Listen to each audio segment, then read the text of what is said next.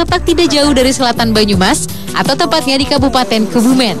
Jadi sayang bila terlewatkan. Di goa ini terdapat patung menyerupai dinosaurus yang menjadi ikon goa ini.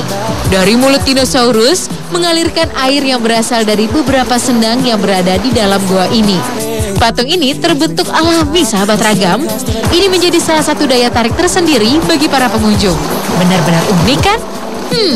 Goa terfavorit ini berada 21 km dari kota Gombong.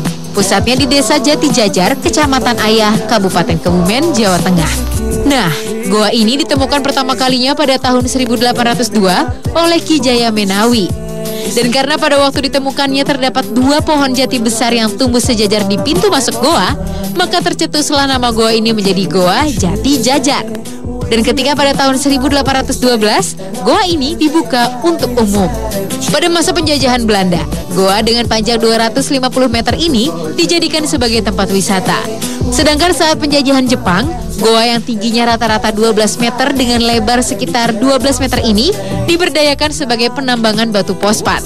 Dan ketika belum dikembangkan menjadi objek wisata tepat pada tahun 1975, goa yang memiliki sendang di dalamnya ini kerap digunakan sebagai tempat pertapaan atau ritual lainnya.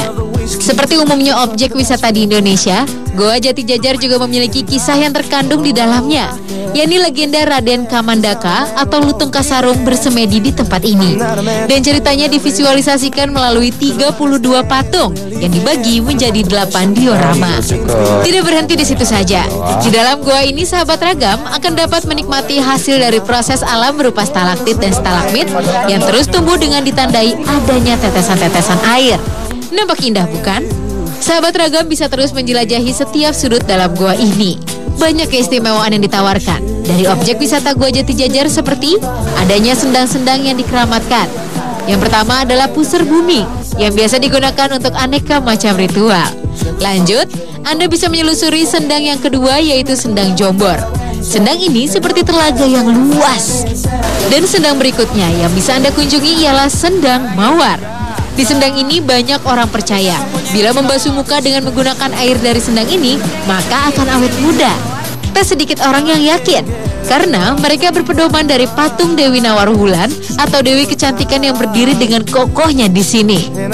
Selain itu, banyak orang yang berharap setelah kembali dari sendang Mawar ini, maka akan mengalami enteng jodoh.